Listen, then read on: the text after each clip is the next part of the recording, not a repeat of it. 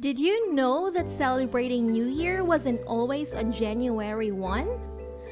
For more than a few years, we have known to be celebrating New Year on January 1.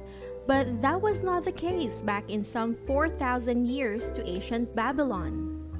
Okay, so let me share with you the history of New Year and some traditions and celebrations in some countries. Welcome to my last episode for the month, New Year. How, why, when? While I was thinking about New Year, I got curious why the calendar was created in the first place. It was said that one of the big reasons why the calendar was created was due to farming, because the changes in the season were very important. During ancient Babylon, the first new moon following the vernal equinox is in late March. Thus, it was said to be the start of a new year. Also, March is the beginning during the early Roman calendar, which consists of 10 months, 6 of 30 days and 4 of 31 days, making a total of 304 days. In 46 BCE, Julius Caesar introduced more changes with the Julian calendar and retained January 1 as the year's opening date. However, it was only with the second king of Rome, Numa Pompilius, that he started to add 2 extra months, and January 1 was not made official start of the Roman year until 153 BCE. Few years later, it was moved back to March 25, the Feast of the Annunciation, but Pope Gregory XIII reestablished it to January 1 as New Year's Day in 1582.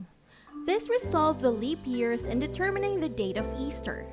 This calendar is now what we know as the Gregorian calendar. Italy, France, and Spain were among the countries that immediately accepted the new calendar. Great Britain and its American colonies did not begin following the Gregorian calendar until 1752. Before then, they celebrated New Year's Day on March 25. Soon, other non-Christian countries like China began to use the Gregorian calendar, although they still have their own celebration of Chinese New Year according to a lunar calendar. Some nations, though, never adopted the Gregorian calendar. Ethiopia, for example, celebrates New Year in September and are 7 to 8 years behind the Gregorian calendar. This year, they celebrated the year of 2014. Did you know the origins of the month's names? January, named for the Roman god Janus, protector of gates and doorways. Janus is depicted with 2 faces, one looking into the past, the other into the future. In ancient Roman times, the gates of the Temple of Janus were open in times of war and closed in times of peace. February, from the Latin word februa, or to cleanse. The Roman calendar month of Februarius was named for Februlia, a festival of purification and atonement that took place during this period. March, named for the Roman god of war Mars. This was the time of year to resume military campaigns that had been interrupted by winter. March was also a time of many festivals, presumably in preparation for the campaigning season. April, from the Latin word aperio, or to open, because plants begin to grow in this month. In essence, this month was viewed as spring's renewal. May, named for the Roman goddess Maya, who oversaw the growth of plants. Also from the Latin word maioris, or elders, who were celebrated during this month.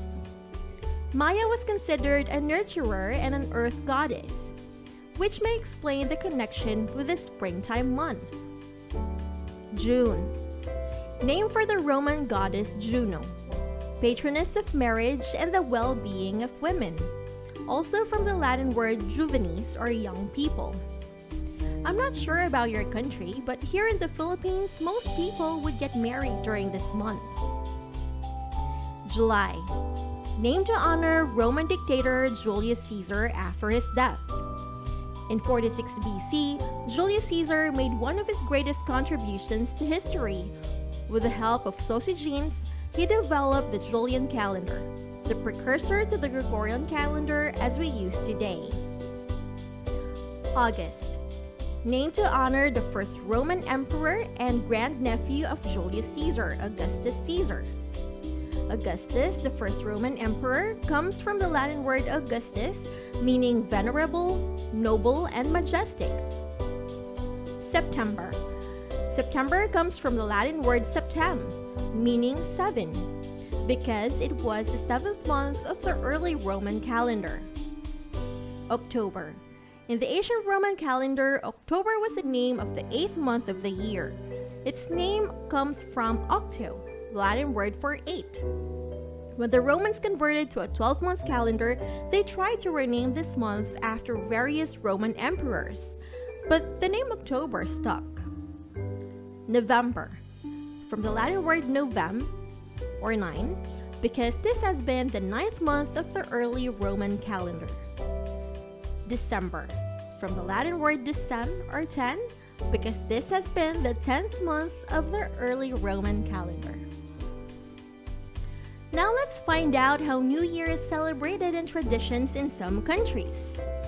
As we may know by now, in many countries, New Year's celebration begins in the evening of December 31 and early hours of January 1. Spain.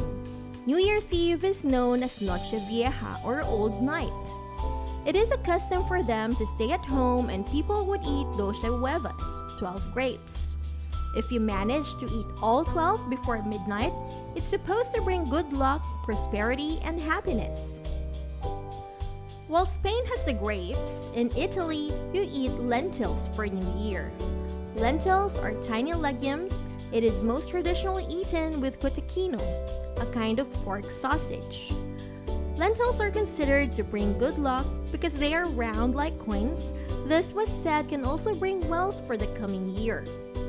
In Italy, they also throw out their old stuff, like literally out of the window at midnight. This is practiced mainly in the south of the country. They would throw clothes, pans, pots, or even furniture.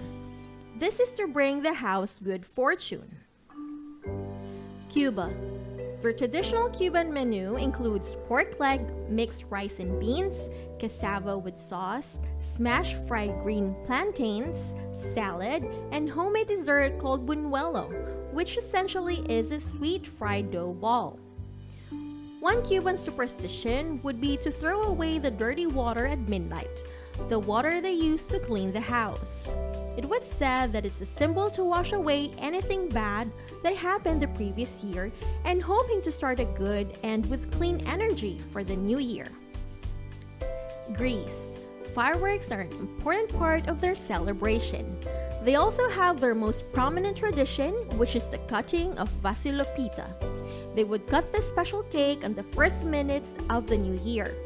It is cut by first making a cross and then separating the first 2 slices, one for Christ and one for the household.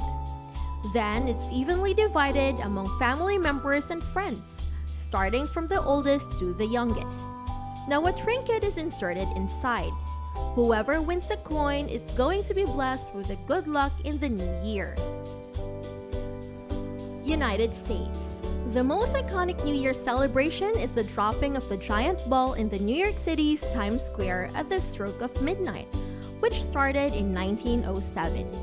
Also, Auld Lang Syne is a popular tune for Americans on New Year's Eve. Philippines. For Filipinos, wearing polka dots on their clothes and welcoming the new year epitomizes money and fortune.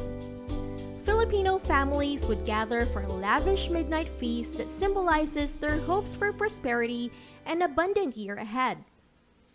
Some Filipinos still follow the traditions to abstain from eating chicken and fish, as they symbolizes or are associated with food scarcity. I hope you enjoyed this week's episode. How will you be celebrating New Year?